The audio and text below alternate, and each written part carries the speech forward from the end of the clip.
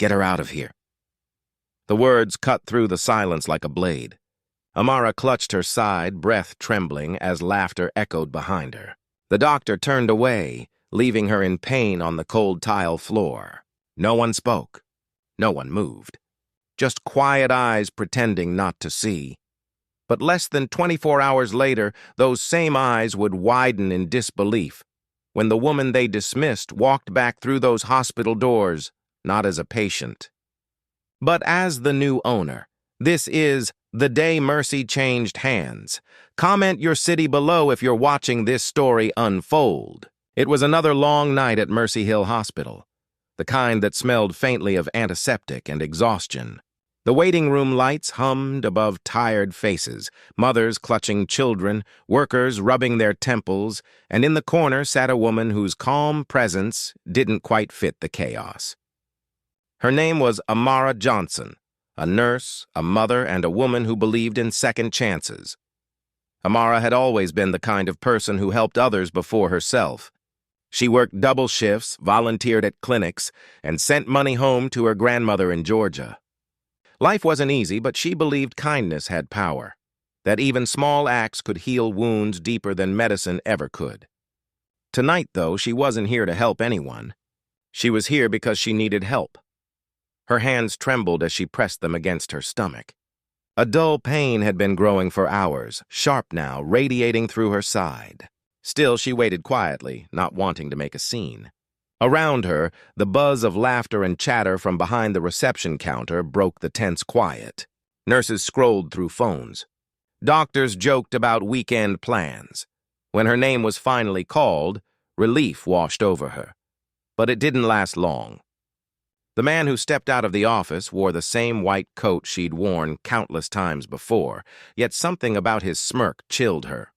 She didn't recognize him, but the way his eyes scanned her made her heart sink. Still, she rose, steadying herself, holding on to the belief that hospitals were places of healing, not harm. As she walked toward him, she caught the faintest words exchanged among his colleagues, something about people like her. She pushed the thought aside, convincing herself she'd misheard. After all, this was a hospital, a place where compassion was supposed to be unconditional. But deep down, a quiet unease began to stir, whispering that tonight would be different, very different. This was the night when mercy would vanish, and something far more substantial would awaken. The pain was sharp now, curling through her side like a knife. Amara steadied herself as she followed the doctor into a small examination room. The walls were a sterile white, but the air felt heavy, charged with something unspoken. She eased herself onto the bed, her breath short, her pulse fast. The doctor didn't look at her. He didn't ask about her symptoms.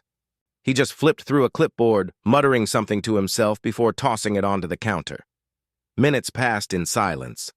She waited for the familiar rhythm of care, the gentle questions, the reassuring tone, but none came.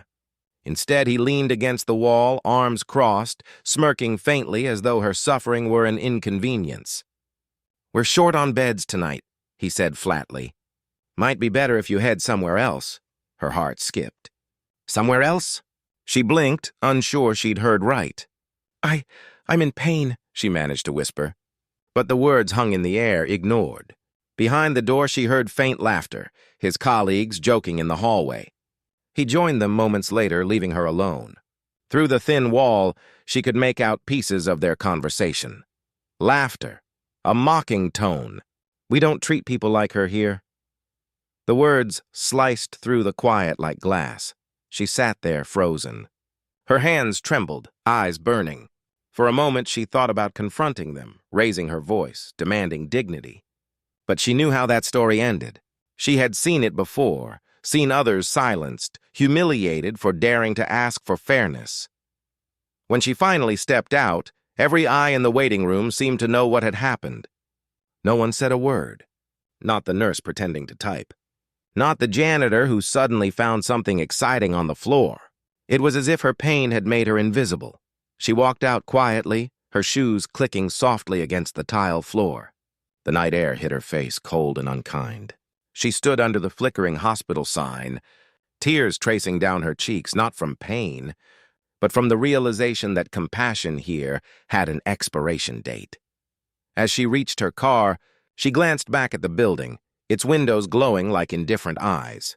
Inside, the doctor was still laughing, unaware or unconcerned that the woman he dismissed was more than a patient. She was a reminder of everything he thought he could ignore. That night, Amara didn't sleep. She replayed every moment, every glance, every whisper. But beneath the humiliation, something else began to take root, a quiet, deliberate fire. She had spent her whole life helping others heal. Now it was her turn to build something that couldn't be denied or dismissed. By morning, the pain in her body had faded, replaced by purpose. She stood before the mirror, her reflection calm but resolute. She wasn't just a nurse anymore. She was a woman who had seen the truth of power and was ready to claim her own. What the doctor didn't know was that his lesson in cruelty would soon become her moment of justice. The next morning, the hospital buzzed with its usual rhythm, nurses hustling between rooms, phones ringing, and doctors moving briskly through the halls. But something was different.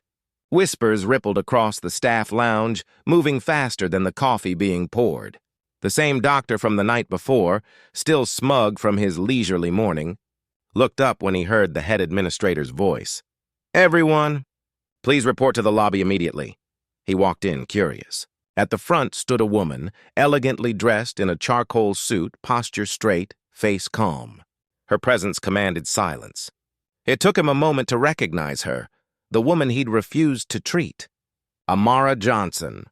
But this time she wasn't clutching her stomach in pain. She held a folder of documents. The administrator's voice trembled slightly as he announced, "As of today, Mercy Hill Hospital has a new owner. Please welcome Miss Amara Johnson." The doctor froze. The laughter drained from his face. Around him, staff exchanged stunned glances, some whispering in disbelief. Amara stepped forward, her gaze meeting his, not with anger, but clarity. She didn't speak a word. She didn't need to. Her presence said everything the night before hadn't allowed her to say. The same hallways that had once echoed with cruelty now held their breath in awe. The man who once denied her care now stood beneath her authority, speechless. For the first time, he felt the weight of accountability, not from punishment, but from truth. Dear audience, where are you watching from? Drop your city name in the comments. The hospital ran differently after that day. Policies changed. Walls were repainted. But more importantly, silence was broken.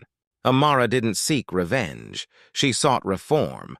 She made sure no one, regardless of their color, accent, or background, would ever be turned away again.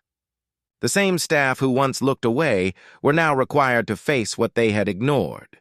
And slowly, something began to shift, not just in the building, but in the people. Patients noticed it first. A new warmth in the nurses' smiles, a sense of dignity in the waiting room. Mercy Hill began living up to its name. Amara walked those halls not with pride, but with purpose. Every corner reminded her of that night, the humiliation, the pain, but also the transformation that came from it. As for the doctor, he stayed. Not because he had to, but because he needed to. Every time he passed Amara, he lowered his eyes, not out of fear, but understanding. Some lessons don't come from lectures. They come from reckoning. In time, her story spread beyond the hospital walls. It became a message for every person who had ever been dismissed, disrespected, or devalued. Pain does not define you. How you rise from it does. Because sometimes, justice doesn't roar. It walks back into the same room that tried to break it and signs its name on the deed. And to you watching now, how many more stories like Amara's will it take before compassion becomes instinct, not exception? Thanks for watching. Subscribe for more powerful stories that remind us what humanity truly means.